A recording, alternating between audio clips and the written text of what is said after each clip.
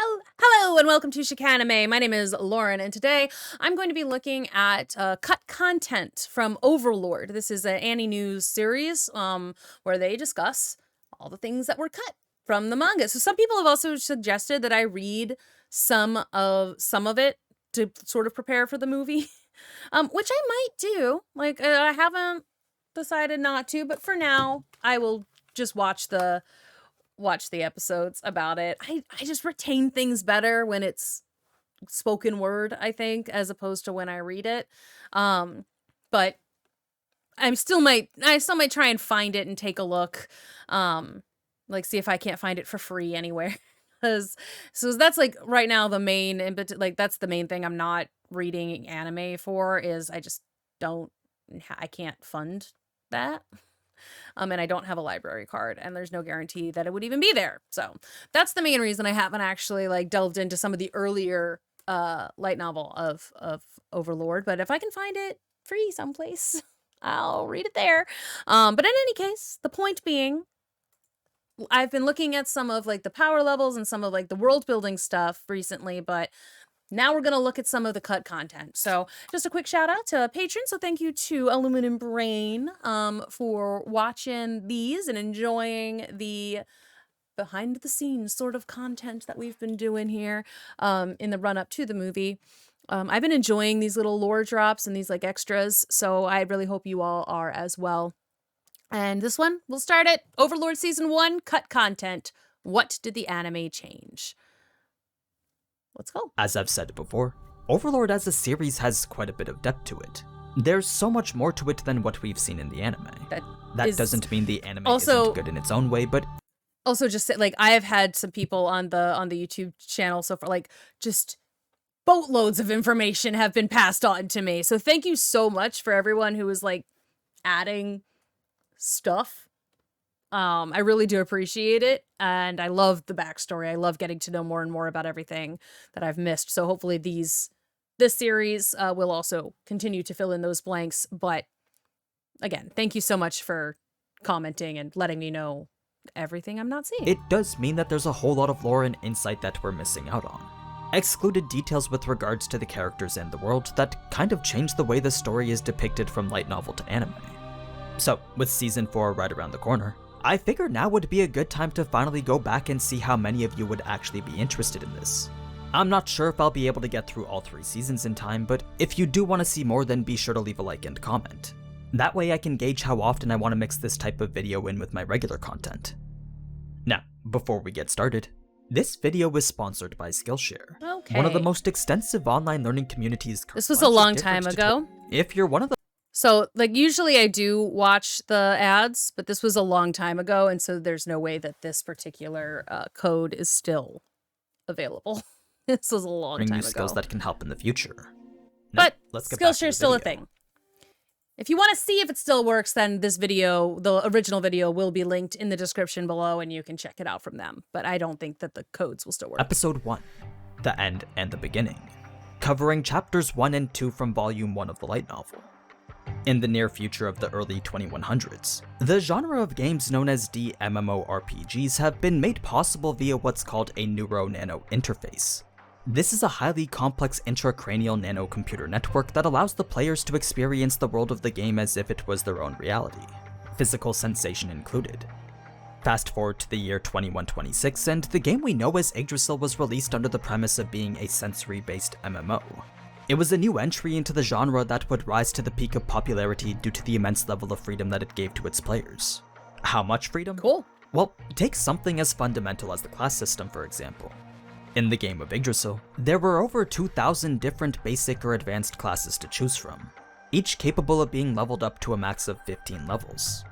So, with the player level cap maxing out at 100, that meant that any player could possess at least 7 classes by the time they reached that limit.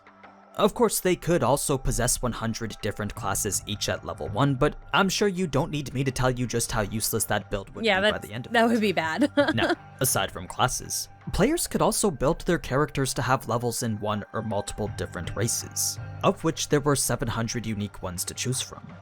To make things a little more simple though, these 700 were divided into the 3 main categories of humanoid, demi-human, and heteromorphic. each of which possessed their own positive and negative attributes. That being the case, it was clear that the purpose of such flexibility was to make it so that no two characters would ever be the same. I mean, which is with really so many cool because like combinations of classes and races, like no two people are exactly the same. It's like I do think that's a really cool idea for the actual building of the game itself.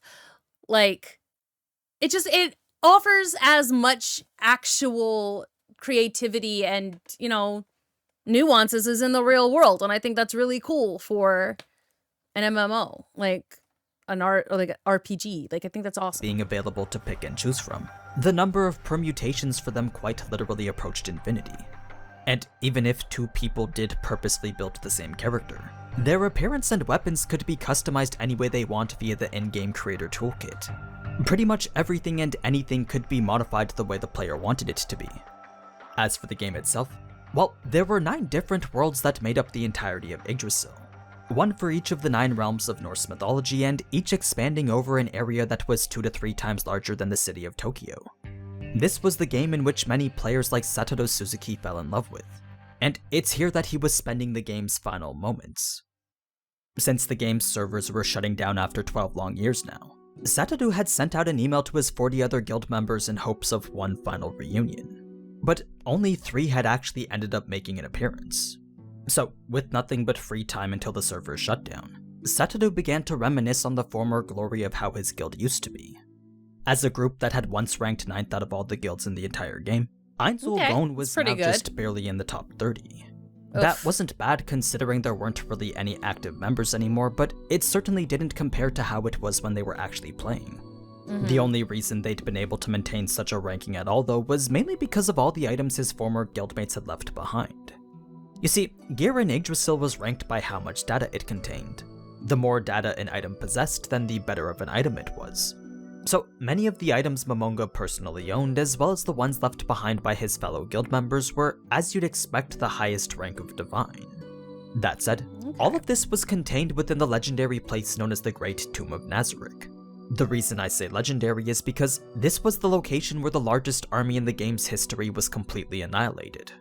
Back when by them, right? Like I thought someone had told me that they were like the top rated, but in top 10 is not bad. That's pretty good in the game's history. Like top 10 in the game.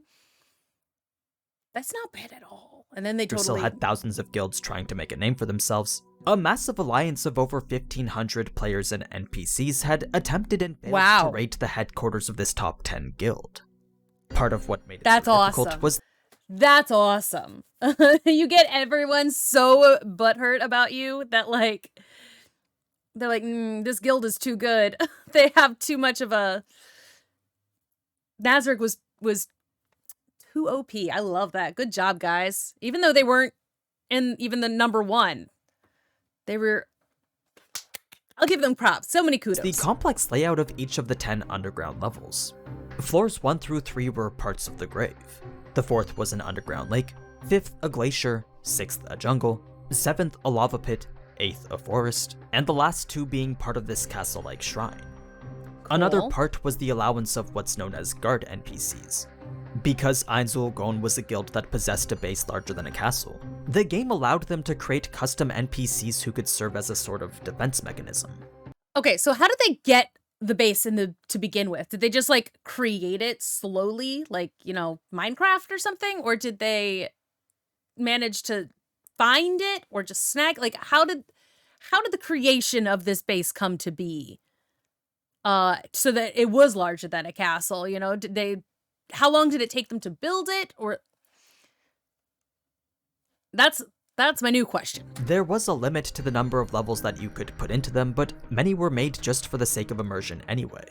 Only a select few were actually designed in a way that intended for them to be capable in battle. For example, the 41 NPC maids that work within the Great Tomb of Nazarick are completely separate from the battle maids that defend the throne room. Each of the 41 were intricately designed from the custom drawings of the guild member Whitebrim. They certainly don't compare in strength to the battle maids, but they are special insertions from the maid-loving professional mangaka who made them. Anyway, it's after confronting the maids that Momonga would walk through the room known as the Megaton. This is the large domed hall that stands right before the throne room. And although we've never actually seen it in the anime, the mobile game does give us a pretty accurate depiction. So, as you'd expect from a room named after I didn't know there was a of game. demonology, all along the curving walls are these alcoves that house their own golem-like statues. Each is made out of an ultra-rare magical metal, and each is modeled after a different description of Solomon's 72 demons. Oh, that's Embedded cool! into the ceiling are these crystal-like lights that serve as the final line of defense before the throne room. At first glance, they do just seem like intricate adornments. But should anyone actually make it this far, then these crystals, which are actually monsters, would summon major elementals to cast wide-range area of effect magic attacks. Oh, that's If all four cool. were to be summoned at the same time, then their combined power would be enough to wipe out at least 12 level 100s. It was kind of like one last trap right before the true final bosses that awaited in the next room. Damn. Now, once Momonga had got there himself, he was surprised to see that Albedo was carrying the world item Gunungagap. Normally, these extremely rare and overpowered items were kept in the treasury, but the fact that this one was here in the hands of this NPC meant that her creator had come and given it to her. If you're wondering just how rare and overpowered these items are, well, only 200 exist in the entire game, and a good number are said to possess literal game-breaking and rule-bending abilities. I mean, some are even capable of getting the admins to change the very fundamentals of the game's system. So, to come into possession of even a single world item was actually one of the most prestigious feats to accomplish while playing. For Momonga's guild in particular, his possessed the most out of all the others. Their collection of 11 completely dwarfed the next closest guild's collection of only 3. Years of Wow. hard work had allowed them to put together one of the rarest treasuries in the game. That's why all of it was kept locked behind a highly secure vault guarded by the 37 golems known as the Abatidas. Makes Now, sense. with that being most of the details regarding the game world of Yggrasil, we can now focus on more of the actual plot elements that didn't make it into the anime, of which there's actually quite a bit more than what we're used to with shows like ReZero or Shield Hero. You see, the Overlord anime tends to simplify the story in a way that somewhat changes the narrative of the light novel. What I mean is that there are numerous times when the light novel would deliberately present events out of order in order to enhance the overall suspense and mystery. When it comes to the anime though, every event is presented chronologically. Except for what's going to happen in this movie, apparently, which they jumped around. They're jumping around, but okay. I feel like I prefer chronological storytelling. Sometimes it's fun when it's like in media res, that like that's the cold open, and then like it bounces back to 2 days ago, you know, and then you find out how you got into that situation. But it's hard to do that right, I think, without being really confusing. And to actually entice the viewer to keep watching instead of making them give up. So I feel like a lot of places don't do it well. Resulting in some of that mystery and suspense to be completely removed, but most often leading to a lack of development for the side characters and world building. That does make So, sense, with and all that's that unfortunate. said, the first large portion cut was the introduction of Karne Village. Right after Ainz had been isekai'd to the New World, the story had shifted itself to the perspective of Enri, giving us a brief glimpse into what her life was like before the raid of her village. The village itself was described to be a small settlement of only 120 people. A Wow. remote residential area located just south of the mountainous border between the Empire and the Kingdom. Due to its proximity to the forest, Karne was in a prime position to take advantage of all its resources. So, the typical day for Enri and many others usually consisted of doing whatever basic agricultural work was needed. It was an uneventful life in which Enri thought would continue forever. A life that, as we know, changed on a day that started just like any other. While she was out early in the morning getting water like how she usually did, that standard routine was quickly shattered when screams could be heard coming from the distance. Her natural reaction was of course to rush back to the village, but the only thing that awaited her was death and destruction. Once she finally got there, all she could see was many of the people she knew like family being cut down in front of her. It was a horrifying sight that made her run straight back home to see if she could find her own family. Luckily for her, all were safe as they had been waiting inside specifically so that Enri could find them. They didn't want her to have to return to an empty house alone. While that did allow them to be together one more time, it was that very hesitation to leave that made it impossible to escape now. The opportunity to flee was no longer available. That's why when we finally get to this part in episode 3, all we see is Enri's mother and father doing what they can to buy time for her. That was what we missed from Enri's perspective. Oh god, It okay. wasn't necessarily a very important element to the overall story, but it does showcase how Enri partially feels at fault for the death of her parents. Yeah, there was a for certain real. feeling of guilt that made her reluctant to leave them behind. Only after looking back to see the shaking head of her mother did Enri understand that she now had to survive for the sake of her sister. Switching back to the moments after the server shutdown, it was Momonga's experiment with Albedo that gave us a bit of insight into how he's able to control his power. We didn't get anything entirely specific, but apparently using any of his various abilities was now as natural as it was to breathe. This was determined after realizing that Albedo's odd reaction to his touch was due to the damaging effects of his Elder Lich passive Negative Touch. Oh, As soon as he realized that okay. this ability was active, the details on how to use it, along with everything else, just completely dawned on him. So it's pretty safe to assume that Momonga is completely proficient with every aspect of his level 100 Overlord build. Now, one aspect of it Nice. that was only briefly shown was the presence of the 9 rings that he wears on each of his fingers. Because that would be interesting. Because, like, okay, one of the jokes about, you know, things like D&D is that you have these, like, abilities and items and, like, you get something new and you just kind of put it in your bag and then you forget about it for 2 years. You know, it's like, oh, right, I have this. There's so many things that you just forget about as you level up. You know, there's just too many things. And so now you don't remember half the things you can do or, like, half of the class features that like allow you to do other things. It's like people play halflings in D&D. They forget that if you roll a nat 1, you can re-roll you can re-roll. Like it gives you advantage on nat 1 throws. People forget even simple things the further and further they go. So it's like that would be interesting. It's like you have all of these hundreds and hundreds of spells and stuff that he knows, all of these amazing items that he has, and now it's just sort of instinct. You can just use them. That's okay. But he's like, because he was doing it by accident. Like, usually I would imagine at least something like negative touch would be an ability that you have to like, okay, I'm using negative touch, you know, and input that decision into the game. But for it just to be happening, that's really cool. I didn't realize that. Normally it was only possible to wear 1 ring per hand, but because Yggrasil was a very pay-to-win type game, an expensive cash shop item allowed for 10 rings to be worn and used all at the same time. It was an essential item to have for any player who prioritized their strength.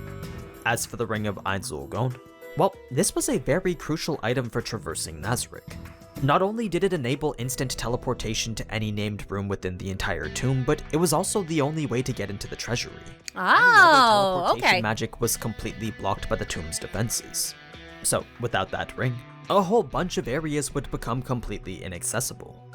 Okay. In any case, the place Momonga teleported to case. first was the area known as the Amphitheater, an identical replica of the Roman Colosseum. What's interesting to note about it is that this was where every intruder to ever enter Nazarick would be taken. It was here that those foolish enough to enter the tomb would be slaughtered as entertainment. And it was here that no one aside from the 1,500-man raid had ever made it past. When that memory had crossed his mind, Momonga began to recall how the raid was a battle that Aura and Mare had died in. It made him wonder if death was something that those two could even remember. You see, dying wasn't really the end-all be-all. When it came to Yggrasil, players who died simply lost 5 levels and a single inventory item. NPCs, on the other hand, could be revived with no penalty and a little bit of money. So, considering that XP wasn't the hardest thing to obtain, dying had become more of a means to respec certain aspects of a player's build. It was an intended part of the game in which players could explore more diverse builds rather than be stuck with what they've already committed to. Oh, that's so cool. Okay. Because, like, I'd heard about the, you know, it knocks you down a few levels and you lose an item. But that's really cool. It's like, that's a good thought. You know, like you get knocked down. It's like, well, you know what? This thing wasn't really working for me. So let's retool that a little bit. You might try and die on purpose in order to be able to like tweak something or be like, make a slightly different decision next time. I like that. But I hadn't realized that Aura and Mara died. I did not know that. I knew Shaltir had, but I did not remember. Did they mention when Shaltir died? Did they mention the twins had died at one point? I don't remember. The reason it this is called concept cut was so content. intriguing to Ainz, though, was mainly because he wasn't sure if Aura and Mare had come back as the same people they were before. Perhaps death functioned a little bit differently between players and NPCs. Perhaps every time an NPC came back, they were a completely new existence. Although this was a question that Ainz really wanted an answer to, he certainly wasn't going to ask them about it now. Right now, fair. the priority was to simply gather information, specifically with regards to his abilities, as well as to see if any NPCs were actually hostile to him. So, while Momonga was doing some experimentation with the staff of Ainz Ooal, the story switches yet again now to the perspective of Gazif. It's here that the power struggle within the Riestes kingdom is first established, a topic that's really only very briefly touched upon in the anime. Normally this wouldn't be that big of a deal, but to downplay the importance of these seemingly significant matters would result in the omission of one of the most enjoyable aspects of Overlord. The aspect of how Ainz's involvement tends to just completely diminish the significance of everything else. I'm sure you've been able to realize this after 3 seasons of content, but the more effort that's put into establishing these supposedly plot-centric characters or events, the more entertaining it is when Ainz just comes in and makes it all seem pointless. Yeah, he's just like, all of this stuff is going on, but I'm here now, so be gone, I suppose. It's like, it did take me, I got way more invested in the lizard people than the royal family, not gonna lie, from what it's like, I did not really care too much about what was going on with that political intrigue at all, ever. I did care a lot about what was going on with the lizard men, and I'm still kind of sad about what happened to them.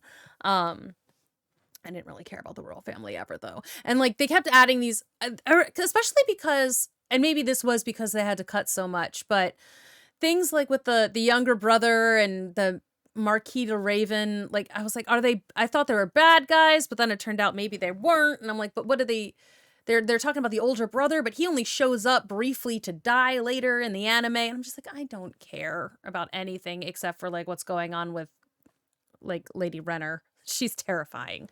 So maybe I do wish there'd been a little bit more of them in the show, even though I didn't care while watching the show. Because, I don't know. It's like, but whatever. They got me to like the lizard men in like 2 episodes. I was like on board with that plot line really, really quick. All right, maybe I do have to go and read this. If I can find earlier parts of this light novel, I'll look into it maybe. So, with all that said, the power struggle of the kingdom was one in which the nobles were orchestrating. Their plan was to use the raided villages as an excuse to send out Gazif undermanned. They hoped to be able to place him in a situation where he'd be unable to protect the villagers. If the king's so-called strongest soldier couldn't even protect a single village, then that would lay the foundation for an internal conflict. The nobles could begin to question the king's very competence. They could start taking the first steps towards getting him removed from the throne. Of course. Okay, I think they sort of talked about that a little bit, like, but I did not pick up on what their actual plan was. I only picked up on they're doing something shady. Gazif knew all too well that this was what was happening. But he wasn't about to abandon the lives of people that could be saved. Now, switching back to Momonga, there was a secondary reason behind why he wanted to showcase his abilities in the amphitheater. And that was to demonstrate to a couple of NPCs just how foolish it would be to oppose him. You see, Momonga still wasn't sure just how loyal all these NPCs would actually be to him. There was a certain loophole regarding their behavior that he was extremely concerned about. What this was that if these NPCs truly acted in accordance with the details of their bio like how he thought, then it was only a matter of time before they would eventually come across a situation in which their bios wouldn't have prepared them for. Plus, if none of their bios mentioned anything about being loyal to him specifically, then that would mean that their willingness to follow orders would be completely up to their own individual discretion. That was a notion that Momonga knew he couldn't simply disregard. Even if all the NPCs displayed unyielding loyalty right now, there was no guarantee that that loyalty would remain in the future. So to blindly trust them as they were now was nothing short of utter foolishness. That's why such precaution was needed along with this display of power. What Momonga was sure of though was that this new world certainly wasn't the same as the Yggrasil he was used to. He was also certain that the NPCs were conscious beings just like humans now. They did seem to be based off their data from Yggrasil, but their emotions were far too complex to indicate that they were being emulated by code. That being the case, Momonga felt he needed to act in a manner befitting someone who could lead them. So that's exactly what he was planning to do. Anyway, that's pretty much it for episode 1. Oh, I'm wow. not entirely sure when I'll do the next episode, but if you want to see more, then be sure to leave a like and a comment. That was a My lot, main dude. focus for the season is going to be mostly Tensida. But if this video does do fairly well, then I'll try to make this type of content a bit more frequently. Now, before I go, I do want to mention that I've started streaming a little bit over at Twitch. So if you want to come and chat while I play a bunch of different video games, then you can follow me at the Twitch link down below. Anyway, as always, thank you so much for watching, and if you enjoyed this type of anime content, then you already know what to do. So, until next time, ciao! Okay. Oh, I did not realize. I did not realize just how much was left out of episode 1, or how much was in episode 1. I kind of forgot how much happened in episode 1. That was fascinating. Okay. All right. Well, I definitely am interested in continuing with this series. I'm still going to be looking at the other one as well. The like power rankings and like the just lore drops. So let me know, I guess, if you want to see more of this stuff or more of the other series, or who else I should look at. I think somebody was also I should look more at some more of Shaltier's Servants and some of, so I'll do that as well. Just, let me know what else I should be looking at specifically. And I will do my best to do that. Thank you so much for watching, and I will see you in the next one. Bye-bye.